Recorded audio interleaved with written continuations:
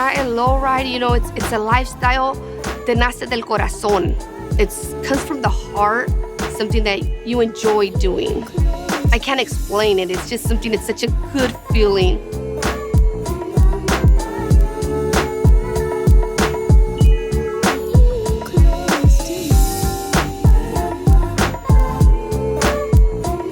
I have a 1951 Chevy Deluxe Fleetline with the fastback.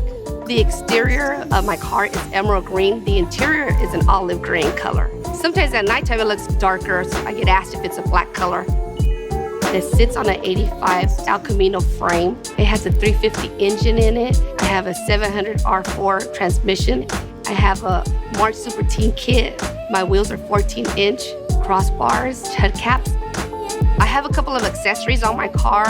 One of them is the exterior swamp cooler. It doesn't work, but I always get questioned about what that is. And I also have a federal siren, so before you see me, you'll hear me coming. I love the style of the bomb, especially the Fleetline. It has that back to it. When you look at it from the rear, it's just the curves that you see. I've always wanted a bomb. I always pictured myself driving a bomb. I got the car just the way it looks. My brother came across it, and he bought it home. And when I seen it, I fell in love with it, and I always wanted it, maybe if it would be mine. When I turned 40, right about then, he wanted to sell it. So I was so excited, just bought it off of my brother. My car is a driver, so there are scratches, but I do plan on giving it a new paint job and getting my chrome redipped. Cruising in a lowrider, I just feel stress-free. It's a soothing feeling. It's my baby, so taking her out and showing her to other people, the older people always enjoy seeing older cars. The younger kids enjoy. Sometimes, people look at me and they're expecting to see a guy driving out a female, so they kind of do a double take, and I just smile because I'm just so happy to be driving, cruising. I live in Sacramento, so we cruise Old Sacramento, William Lamb Park, Broadway. My husband and I enjoy the passion of lowriding, so we cruise together. Either he drives his car or I'll drive in my car. We go together, but we really enjoy the lowrider scene.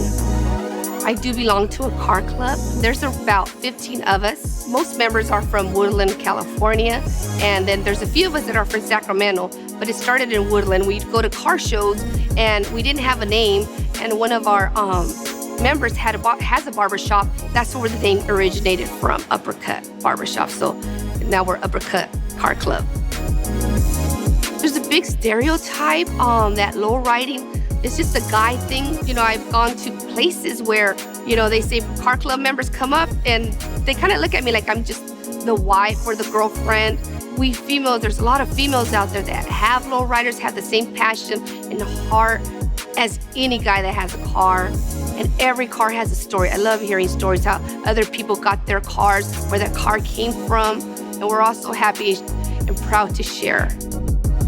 My passion started with my brother. I have an older brother who, since a young age, was into lowriders, and he used to take me out cruising. Some of my early memories of going out cruising with my brother must have been when I was about 12 years old, and my brother must have been about 16 because he was forced to get his license. We didn't have any cars at home. Back then, it was much easier for him to drive without an adult.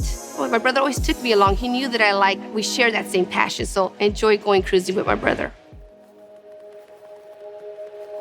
I was born in Guajimic, Nayarit, in Mexico. I was born at home. I was born in an adobe house, which was just a kitchen, the bedroom, and an outdoor restroom. A midwife helped my mom. So there's no record of how much I weighed, how long I was. I was named after my mom, Angelina.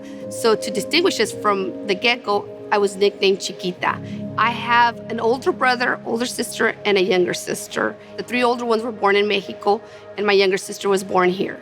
My grandmother was born in Yuma, Arizona, but in the 1920s, they were forced to go back to Mexico, where her family came from. And so my mother and her siblings were born in Mexico, and my grandmother came back to the United States to try to provide better life for her kids, so she gave them automatic citizenship. When we came to the United States, we settled in the small farming community, and it's called Le Grand. Small town, maybe, back then probably 1,500 people. My upbringing was, we're poor, but we never felt poor because we had so much love at home. All 4 of us, there were 6 of us. We lived in the 1-bedroom apartment. So I never knew what it was like to have my own bedroom, privacy that most people had. My friends were probably the only ones that had lived in an apartment. My parents were field workers, seasonal workers. Dawn till dusk, my parents worked in the fields. My parents, growing up, wanted us to know what hard work was. So they did take us to the fields, working out in the sun, either picking tomatoes, hoeing, picking figs under that sun, and you can't take off the layers because then you get sunburned. It's a back-breaking job, much respect to the people that do those jobs. It's nothing to be ashamed of, it's work. Growing up, my parents knew the value of education. We had all the support. They didn't hold us back. Anything that was for school, my parents were for it. They wanted us to have a better life than they did. My education experience was different because we were in a small town. Most of the teachers spoke English only. They didn't have a bilingual program. The teacher told my mom there was something wrong with me. She needed to take me to the doctor because I wasn't reading. My mom, of course, listened to the teacher, took me to the doctor, and the doctor said, there's nothing wrong with her. She's just a second language learner. It will come to her. In 6th grade, I was speaking Spanish, and the teacher didn't like it, so I got kicked out of class for speaking the language that I was proud of. He tried to belittle me, but it didn't get to me, I'm very proud of where I come from. Sometimes teachers, don't always know how to help a child. And along the way, I had great teachers, and then I stumbled upon a teacher in 8th grade who labeled me as an at-risk student. It was a program for students that were at risk of dropping out, that were going to drop out at a high school. So they taught us to go to school. I got paid to go to school. I enjoyed it, actually. I got paid to go to work. I wasn't in the fields. But then later, I found out what kind of a program it was, and it hurt me dearly. Why I was labeled, I don't understand. Maybe because I didn't look like the other kids, or maybe my family wasn't like the other kids. I didn't see myself that way. I've always had support at home, most of the way along my education, until that teacher. I made it through. I knew I was gonna make it through, I didn't let that label stop me. And I made sure that I sent him an invitation for my high school graduation, wrote him a note.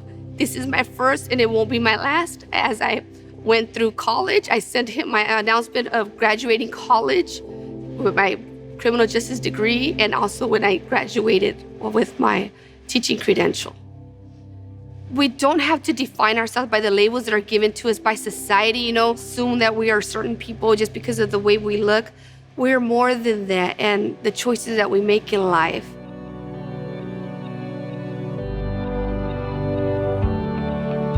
Today, I'm a kindergarten teacher. I can teach from kindergarten all the way to 8th grade, but I choose to stay in kindergarten because I love seeing the growth from when kids start school to the end. I have the passion, the patience. I love what I do. I have 24 children that come to my classroom every day with a smile. I open the door, I greet them every day.